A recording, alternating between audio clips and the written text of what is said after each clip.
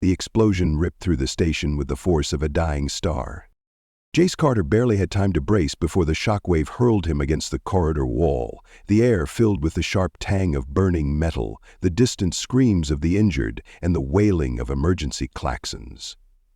Red hazard lights flickered overhead, casting everything in a blood-stained glow. For a split second, his training kicked in. Instinct overrode panic. He pushed himself up, ears ringing, and assessed the damage. The corridor behind him was gone, reduced to twisted debris and open vacuum. Beyond the shattered bulkheads, space yawned black and endless. This wasn't an accident. Jace knew sabotage when he saw it. The blast had been too precise, targeting critical support structures. Someone had wanted this station crippled, and from the way the fire suppression systems weren't kicking in, they'd done their job well. But he had bigger problems. Through the smoke and flames, movement caught his eye. Someone was trapped. Jace pushed forward, boots crunching over broken glass and debris. His lungs burned from the thickening smoke, but he kept moving, muscles coiled with urgency. As he rounded the corner, he saw her. A woman, not human. Pinned beneath a collapsed support beam, she struggled weakly, her limbs trembling from the effort. Her emerald green skin shimmered in the firelight, her long black hair plastered to her face with sweat. She was Zelari, one of the galaxy's most enigmatic species. Tall, willowy, with smooth, near-translucent skin that seemed to glow under certain lights. They weren't warriors. They weren't colonizers. They were scholars, diplomats, and keepers of ancient knowledge. And right now, one of them was dying in front of him. Jace didn't hesitate. He dropped to one knee, assessing the situation. The beam had pinned her right leg at an ugly angle, but it hadn't crushed it completely. There was still a chance. Blood, a dark, almost silver hue, trickled from a gash on her forehead, running in thin rivulets down her temple. Her black eyes, wide and glassy with pain, flickered to him. "You," she rasped. Yeah, me," Jace muttered, fingers already searching for a grip on the overheated metal. The station trembled again, another explosion shaking the deck beneath them. He didn't have time for introductions. "This is gonna hurt," he warned. Her breath hitched, but she didn't beg, didn't plead. She only gave a small, almost imperceptible nod. "Good." Jace planted his feet, gritted his teeth, and heaved. The weight of the beam sent fire through his muscles, but he pushed past the pain. The metal shifted, groaned, then lifted just enough. She gasped as he pulled her free, her leg dragging uselessly behind her. The moment she was clear, the beam collapsed where she had been, sending up a shower of sparks. Jace didn't give her time to recover. He scooped her into his arms and surged forward. The fire was closing in. Smoke curled thick in the air, obscuring the emergency exits. Overhead, the station's structure groaned, struggling to hold itself together. "And hold on," he ordered. She didn't resist. In fact, her grip tightened on his uniform, her breath warm against his neck. She was lighter than he expected, her form impossibly delicate. But he knew better than to mistake fragility for weakness. Ahead, the corridor split. One path led deeper into the station, toward whatever had caused the explosion. The other led to the escape pods. Jace chose survival. He sprinted down the right passage, muscles screaming in protest. The emergency doors at the end flickered erratically, half stuck between open and closed. If they failed completely, they'd be trapped. Not an option. With one final burst of speed, he launched them forward, slipping through the doors just as they slammed shut behind him. Silence. The sudden lack of chaos was almost jarring. Here in the emergency access corridor, the alarms were quieter, the smoke less suffocating. Jace knelt, easing the Zelari woman onto the floor. Up close, he could see the fine bioluminescent patterns on her skin, faint traces of light that pulsed in time with her rapid breathing. Her injured leg trembled, but she said nothing, only staring at him with those black, depthless eyes. "You good?" he asked, rolling the tension from his shoulders. She swallowed hard, then nodded. "You saved me."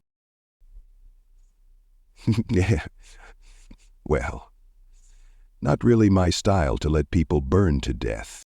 Her fingers twitched as if considering whether to reach for him again. "You could have left me. Didn't cross my mind."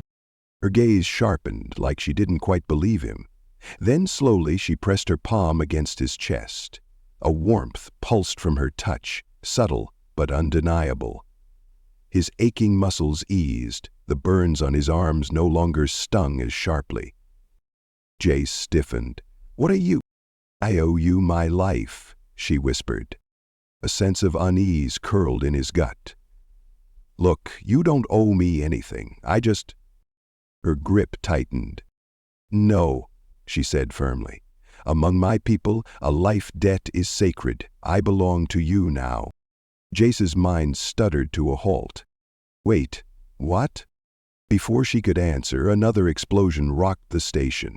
The overhead lights flickered once, twice, then died. And in the darkness, a new sound echoed through the corridor. Boots. Marching.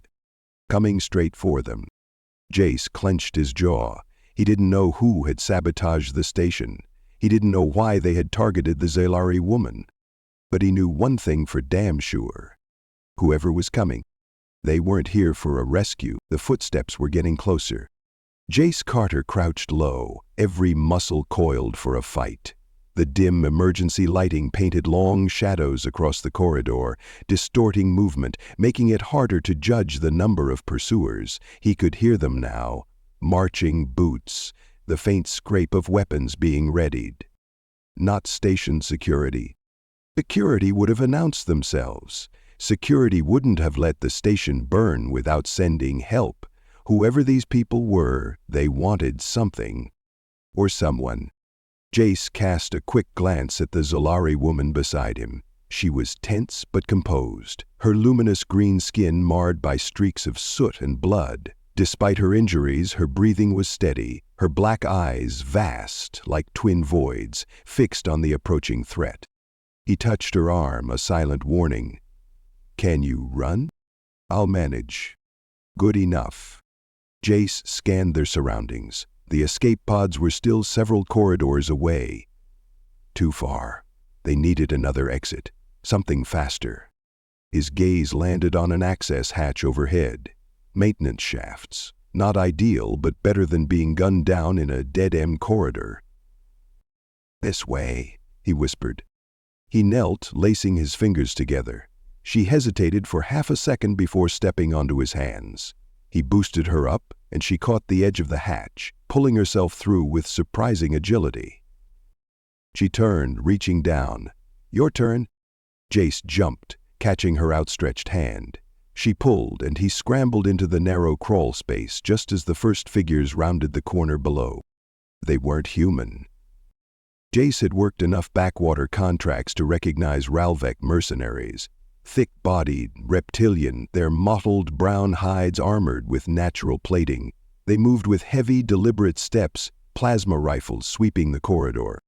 "Scan for survivors," one of them growled in guttural standard. "The primary target is still alive." Jace stiffened. Primary target? His eyes flicked to the Zalari woman. She wasn't just collateral damage in whatever the hell was happening here. Someone wanted her specifically. She met his gaze, her expression unreadable, but Jace wasn't stupid. She knew something. He didn't have time to ask. One of the Ralvec grunted. "Scanners show fresh heat signatures. They're close." "Damn it." Jace tapped the Zalari's shoulder, gesturing for silence. Then, moving as quietly as possible, he crawled forward. The shaft was cramped, filled with the scent of old wiring and stale coolant. It stretched on for at least 20 meters before splitting in two directions.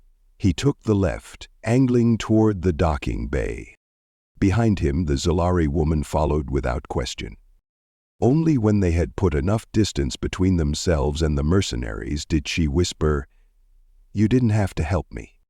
Jace snorted. Lady, you're really bad at understanding how this works. She frowned. You risked your life. Twice. That's kind of what I do. She studied him, her dark eyes searching. Then, softly, she said, My name is Reve. He nodded. Chase. I know. He blinked. You know? Her lips curled slightly.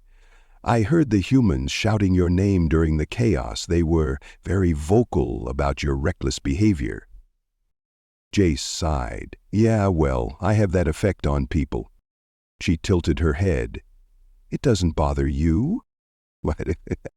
Being seen as reckless, uncontrolled. Jace smirked. Depends who's doing the talking. A small pause. Then, and what if I was the one saying it?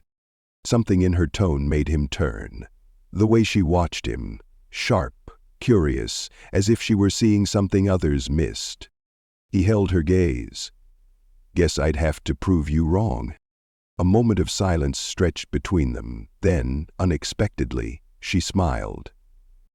Not a diplomatic smile, not one of those polite, unreadable expressions Zelari were known for. No, this was something real, amused, almost fond. Jace wasn't sure why that unsettled him more than the mercenaries hunting them. Before he could say anything, the maintenance shaft trembled. A deep metallic groan echoed through the walls. The station was coming apart. Jace swore under his breath. We need to move. Barty nodded. Where are we going? There's a cargo transport in Docking Bay C. If it's still intact, we can get the hell out of here. And if it's not? Jace cracked his knuckles. Then we improvise. They picked up speed, crawling through the shaft in silence. Jace still didn't know why Rivare had been targeted. He didn't know why mercenaries were willing to burn an entire station to the ground for her. But one thing was certain. Whatever she was wrapped up in, he was in it now too. Jace Carter had been in plenty of bad situations before. Smuggling jobs gone sideways, ambushes on lawless moons, a bar fight on Kessery 9 that ended with him getting thrown through a second-story window. But standing in a burning cargo bay watching Viren Kale smirk despite the fresh plasma wound in his shoulder while a group of reptilian mercenaries groaned on the floor around him, this was really climbing the list. Jace kept the stolen rifle trained on Viren, finger resting just beside the trigger. He wasn't the type to shoot a man in cold blood. Not unless he had to. But Viren had sold them out, and that meant trust was officially off the table. Behind him, Reve stood unnervingly still, her luminous green skin streaked with soot, her dark eyes locked onto Viren like she was calculating exactly how much damage he was worth. Jace flicked his gaze between them. All right, Kale. You've got 5 seconds to tell me who hired you before I start getting impatient. Viren huffed a laugh, ignoring the searing wound in his shoulder. Come on, Carter. You think I'd still be breathing if I went around spilling my clients' names? Jace shifted his grip on the rifle. You're assuming you'll keep breathing if you don't. Viren lifted his hands in mock surrender. Fair point. He winced, rolling his injured shoulder. Listen, I wasn't given details. Just a location, a hefty sum of credits, and the very specific request to keep an eye out for any Zelari. His eyes flicked to Rivera. Didn't know I'd be getting royalty. Jace's stomach dropped. Royalty? He glanced at Rive. She didn't react. No denial, no surprise. Just that same poised, unreadable expression. Wait, what? Jace asked, looking between them. Viren grinned despite the pain. Oh, she didn't tell you? Yeah, that tracks. Zelari love their little secrets. Jace turned to Rebe. Is he lying? She exhaled slowly. Then, with measured precision, she said, No. Jace blinked. His grip tightened on the rifle. You want to expand on that? Ray's dark gaze didn't waver. I am first daughter of the Zelari Prime House, heir to the ruling council. Jace stared at her. So, let me get this straight. Not only did I rescue an alien diplomat from a burning space station, but I also accidentally kidnapped an interstellar princess? Ray tilted her head. You didn't kidnap me. Yeah, real comforting, Jace muttered. Varen snorted. Now it makes sense why they're willing to burn an entire station to the ground. Someone wants you real bad, sweetheart. Ray ignored him. She was still watching Jace, waiting for his reaction. Jace inhaled sharply and ran a hand down his face. Great, just great. He turned back to Varen. Who hired you? Varen smirked. Told you I don't know. Middlemen don't ask too many questions. It ruins the mystery. Jace had heard enough. Without a word, he flipped the rifle around and cracked the butt of it across Varen's jaw. Varen grunted, collapsing onto his back, groaning. Yep, I probably deserved that. Harvey watched the exchange with something like mild approval. He's telling the truth. He doesn't know. Jace exhaled through his nose. Yeah, I figured. The bay shuddered violently, another explosion ripping through the station. Overhead, the structural supports groaned, the walls splitting as flames licked toward the docking area. They didn't have much time. Jace looked at the freighter Varen had arrived in. That thing flyable? Varen, still dazed, gestured weakly. Yeah, standard issue junker, but she'll get you out of here. Jace turned to Reve. We need to move. She nodded, already stepping toward the ship. But as she passed Varen, she paused. Whatever you were paid, she said softly, it wasn't enough. Varen chuckled darkly. Ain't that always the case? Jace didn't wait to see if Revray was going to finish that thought. He grabbed her wrist, pulling her toward the ship's ramp. The fires were closing in, heat curling along the edges of the cargo bay. Behind them, the Ralvek mercenaries were stirring, groggy but still alive. The moment they were inside the freighter, Jace sealed the hatch behind them. The cockpit was small, cluttered with loose wiring and a dashboard that had seen better days, but the controls were simple enough. Jace dropped into the pilot's chair, fingers flying over the console. All right, let's see if this thing actually... The engines roared to life. The ship trembled as the docking clamps disengaged, emergency systems autopiloting them away from the crumbling station. Jace let out a breath he hadn't realized he was holding. That's a first. Usually things don't work when I need them to. Vray took the co-pilot's seat. Your luck is improving. He shot her a sideways glance. Yeah. You sure about that? Because I just found out I've been harboring an alien princess. She didn't look away. Does that change anything? Jace opened his mouth, then stopped. Did it? He wasn't sure. His gut told him she was in trouble, the kind of trouble you didn't walk away from. And now? Now it was his trouble too. He exhaled sharply. Guess we'll find out. Outside, the burning station shrank in the distance, swallowed by the vastness of space. And Jace had the distinct feeling that this was only the beginning. The stolen freighter trembled as it broke through the station's debris field, battered by the aftershocks of the explosions.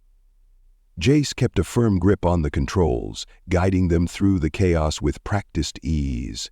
The ship's engines groaned in protest, but they held. Beside him, Vray sat rigid in the co-pilot's seat, her luminous green skin reflecting the dim glow of the instrument panels. She stared out at the wreckage, black eyes unreadable. Jace exhaled. All right, we're in the clear. Now... He turned to her, jaw tightening. What the hell did I just sign up for? She didn't look at him. You mean, aside from saving my life? Yeah, let's start with the part where you're a princess and people are willing to burn an entire station to the ground to get to you. She finally met his gaze. Would it have changed your decision?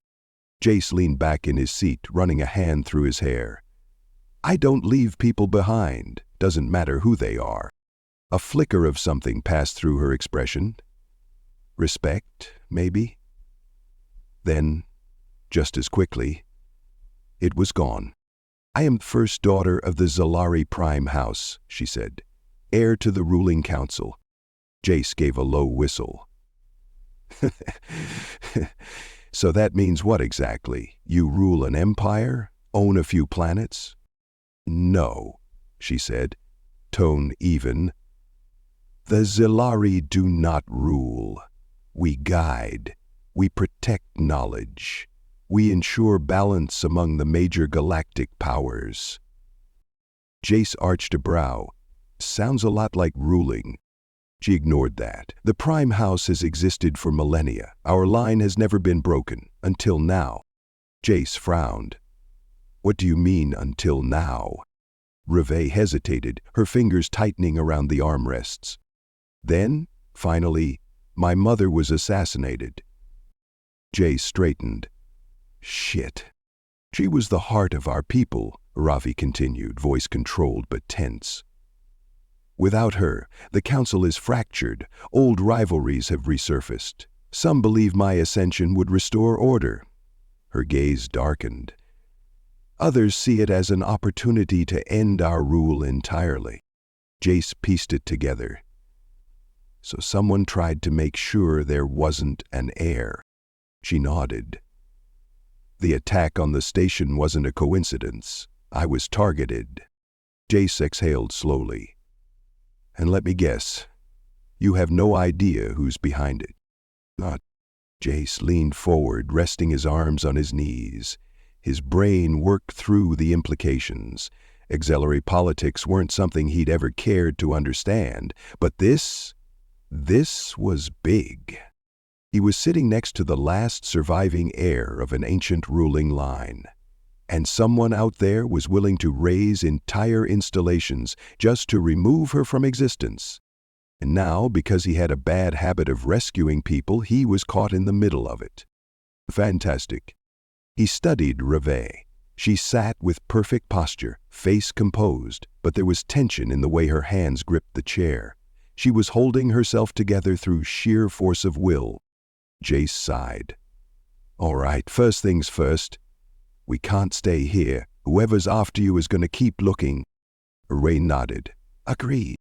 Jace tapped at the ship's nav panel. This thing's got limited fuel, but we've got enough to make it to a neutral system. Maybe Kether 5. Quiet. Out of the way. Jace glanced at her. No. She met his gaze steady. We can't hide. Not yet. Jace frowned. I hate to break it to you, Princess, but staying on the move is our best bet right now. She shook her head. Whoever ordered the attack will not stop until they are certain I am dead. If we run, they will keep chasing us. Jace narrowed his eyes. And your solution? A pause. Then, we find out who's responsible. Jace exhaled sharply. You want to walk straight into the crosshairs? No, she said. I want to make them regret pulling the trigger. Jace studied her. She wasn't panicked. She wasn't making some desperate last stand. There was calculation in her gaze, a quiet, controlled fury beneath the surface. Jace had seen plenty of people back down when faced with danger. He'd seen just as many charge forward recklessly, blinded by vengeance. Rave was neither. She wasn't running, but she also wasn't rushing in without a plan. He found himself smirking. You're not what I expected. She tilted her head.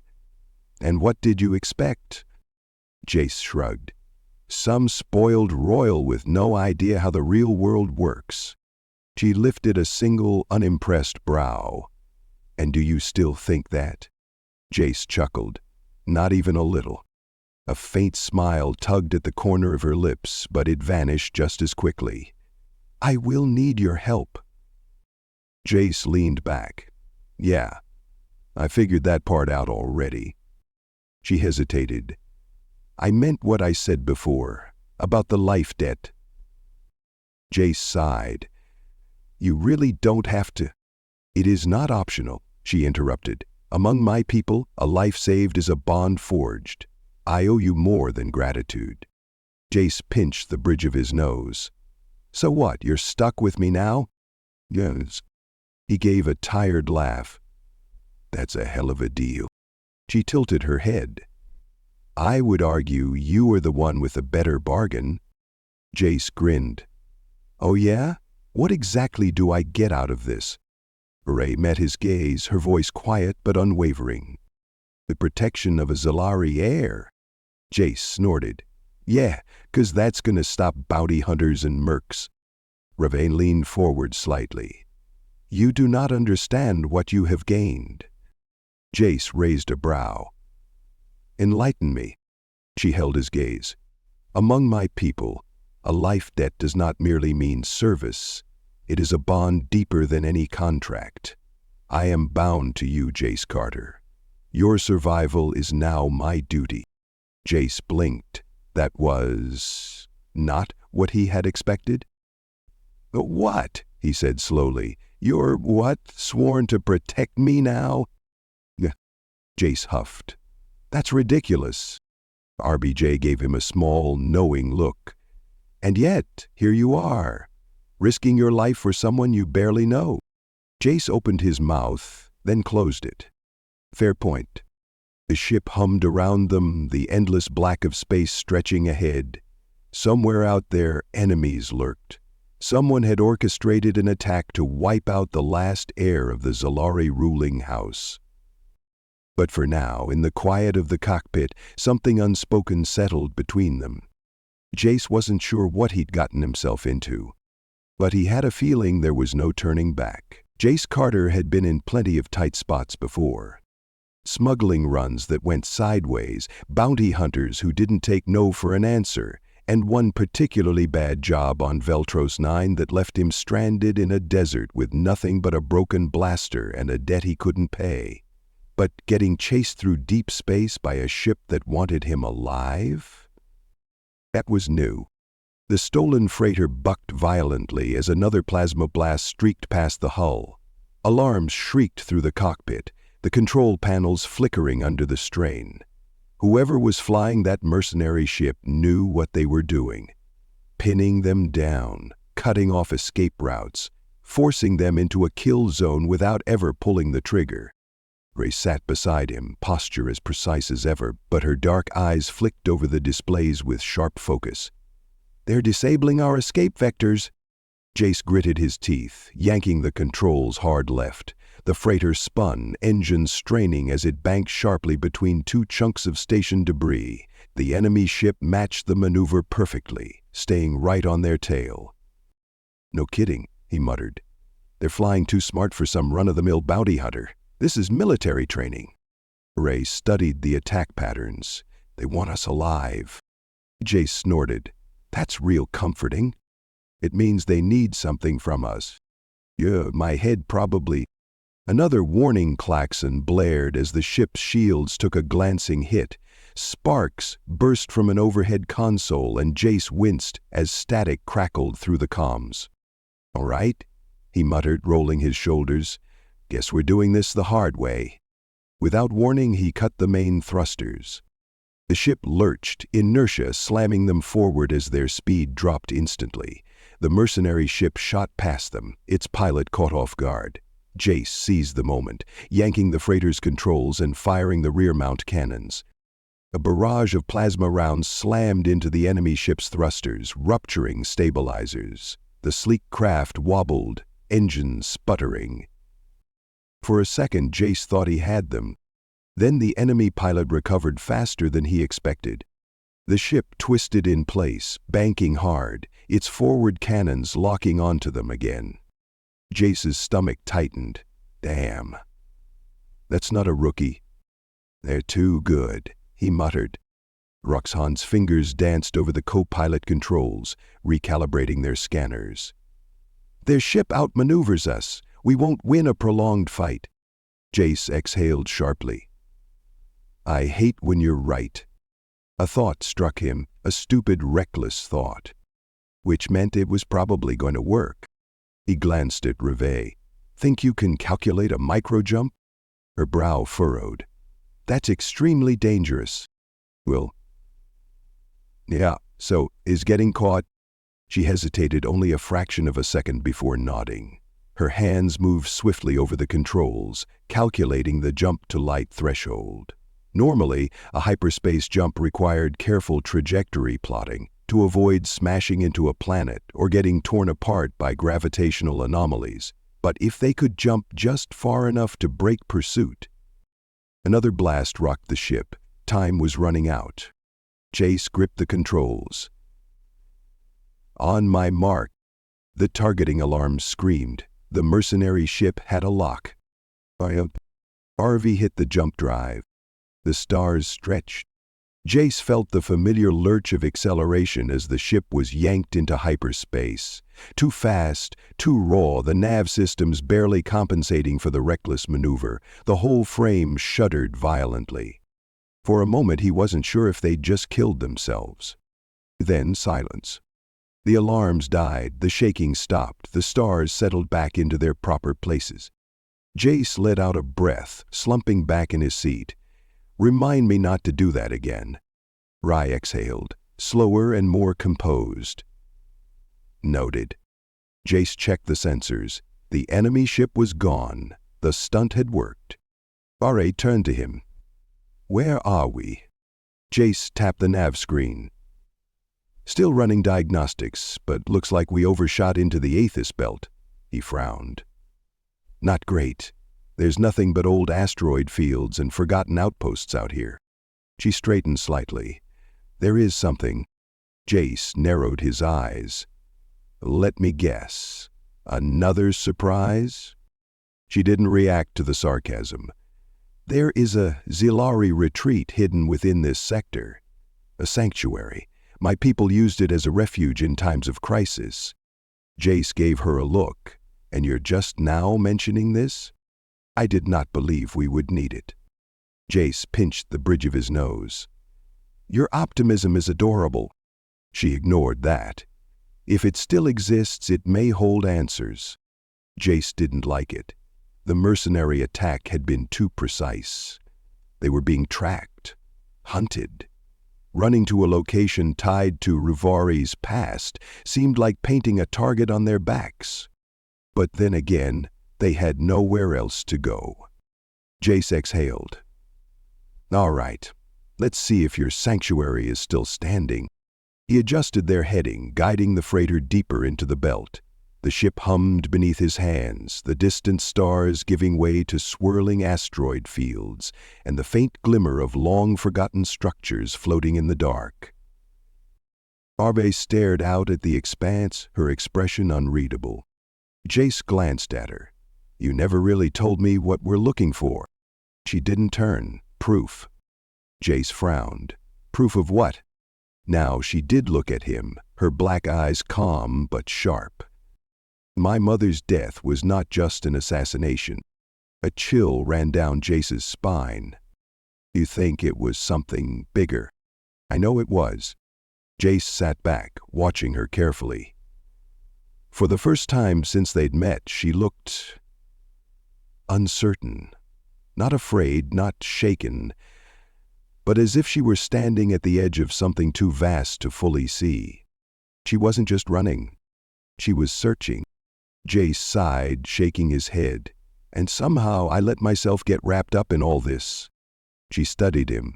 Regrets? He let out a short laugh. Oh, plenty. But turning back isn't an option, is it? No. Jace smirked. Figures. The ship glided toward the coordinates she had given him. And for the first time since this all began, Jace had the distinct feeling that whatever answers they found, they weren't going to like them. The Zilari sanctuary loomed ahead, a vast station carved into the heart of a drifting asteroid. Ancient, half hidden by debris, it pulsed with a faint bioluminescent glow. It had been designed to disappear, a secret stronghold for the ruling bloodline in times of war. But now, it was silent. Jace Carter guided the freighter toward the docking bay, fingers tense on the controls. His gut told him they weren't alone. Places like this didn't stay forgotten forever. Someone had been here before them. Behind him, Rive studied the station, her black eyes scanning for signs of movement. The power grid is partially active. That means someone accessed it recently. um, yeah, Jace muttered. "Uh, and I'm guessing they didn't stop by to pay their respect." He landed the ship carefully, the docking clamps hissing as they latched onto the station. The moment the engines powered down, the silence thickened. Reve stood. "We should move quickly." Jace followed her down the ramp, boots echoing in the empty hangar. The station smelled of dust and time, stale air that hadn't been disturbed in years, but beneath it something else lingered. Burnt ozone, plasma discharge. Someone had been here. And recently. Jace pulled his pistol. "I don't like this." Ray walked ahead, unarmed but eerily confident. She moved like she belonged here. Maybe she did. They entered a long corridor lined with towering pillars, each one etched with intricate Zalari script. The walls pulsed faintly, responding to Ravrin's presence.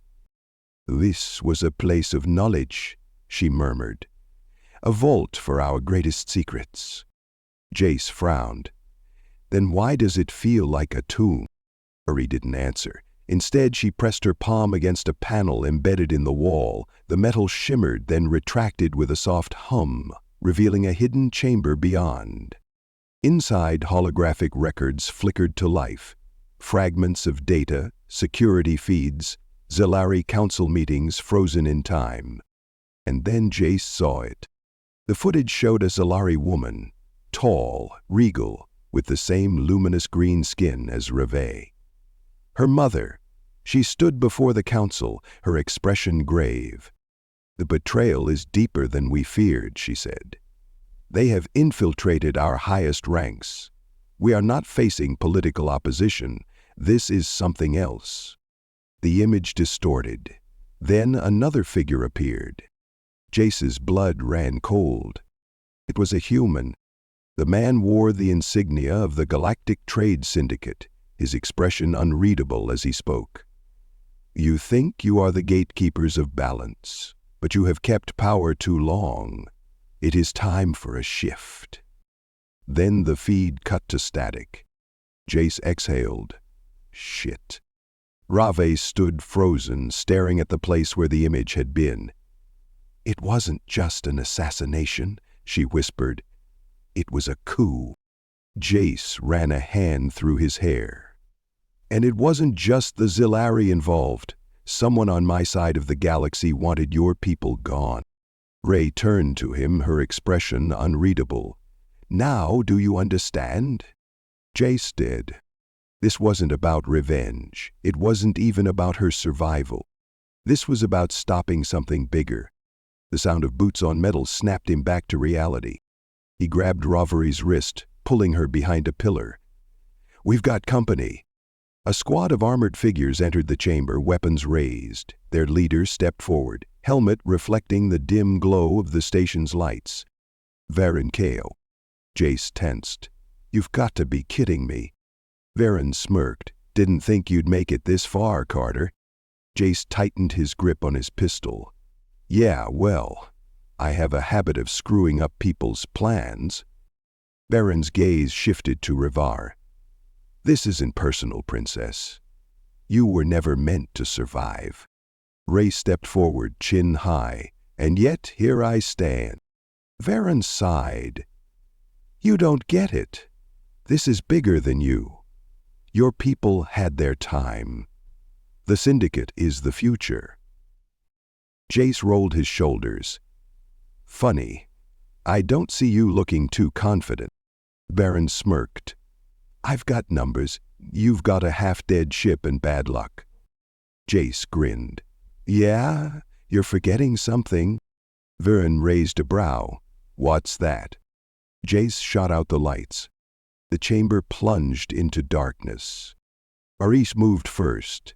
Silent, precise, she struck the nearest soldier, disabling him before he could fire. Jace took out another, using the moment of confusion to turn the tide. Blaster fire erupted, but Jace had fought in worse conditions. He moved fast, taking cover, picking off enemies one by one. Barrett cursed, trying to regroup. "Kill them!" Ravre reached the central console, pressing her palm against it. The station responded, sending out a pulse of energy that shorted out the mercenaries' weapons. Jace took the opening, slamming his fist into Varen's gut. The smuggler staggered, but Jace caught him by the collar, yanking him close. "Who gave the order?" Jace demanded. Varen coughed, blood on his lips. "You think it matters? You can't stop it." Jace's jaw clenched. "Watch me." With one swift motion, he knocked Varen unconscious. The last of the mercenaries fell. Silence returned. Jace turned to Ravre. "We need to go, now." She nodded. But before leaving, she activated the console one last time. A message began transmitting. Jace frowned. "What did you just do?" She looked at him. "I sent proof to every major government in the galaxy. They'll know the Syndicate orchestrated the attack." Jace let out a low whistle. "Damn. Remind me never to get on your bad side." She gave him a small, knowing smile. "You already are." He barked a laugh. "Fair enough." They ran back to the ship, the station trembling as security failsafes activated. As they launched into space, Jace finally allowed himself to breathe. It was over. At least, this part was. He turned to Roberts. "So what now, Princess?" She tilted her head. "Now? We start a war?" Jace grinned. "Guess I've got nothing better to do." And with that, they jumped into hyperspace, toward whatever came next. The freighter emerged from hyperspace, streaking into orbit above a planet Jace had never seen before. It wasn't a trade hub or a military outpost. It was something different. Untouched, raw, covered in dense emerald forests and shimmering blue oceans. Orcs sat beside him, her expression unreadable. Jace tapped the controls, scanning the surface. "So, mind telling me where we are?" She finally looked at him. "A place no one will think to search. Zelari have always had hidden worlds, sanctuaries in case of war. This is one of them." Jace raised a brow. "And you just happen to know about it?" She offered a small smile. "I am the last heir. Some secrets were passed to me." Jace let out a breath, leaning back in his seat. "So, what now? We just wait?" She shook her head. "No. Now. We act." The message she had sent from the sanctuary had done its job. The galaxy knew the truth. The Syndicate had orchestrated the assassination of her mother. The Zelari weren't just victims of political infighting. They had been targeted. And now, war was inevitable. Jace exhaled. "You sure you're ready for this?" She studied him, her black eyes steady. "Are you?" Jace chuckled. "Hell no, but that's never stopped me before." Irava's expression softened slightly. "You could leave. You have no reason to stay." Jace tilted his head. "You think I'm going to walk away now?" "I think you never planned to be part of this fight." He considered that. She wasn't wrong. He had spent most of his life looking out for himself, taking the jobs that kept him alive, but never tying himself to anything bigger. But things had changed. He glanced at her, this stubborn, brilliant, frustrating woman who had thrown his life into chaos and somehow made him care. Jace smirked. "Yeah, well, I guess I'm not the running type after all." She studied him for a long moment, something unreadable in her gaze. Then, to his surprise, she reached out, fingers brushing against his hand where it rested on the console. Not an accident, not hesitation. A choice. Jace swallowed. "So, we doing this together?" Ray nodded. "Yes." For once, Jace didn't have a sarcastic remark. He just nodded back. Outside, the sun was rising over the hidden world, casting golden light across the horizon. The war wasn't over. Their fight had only begun. But for the first time in a long time, Jace wasn't facing it alone. And that made all the difference.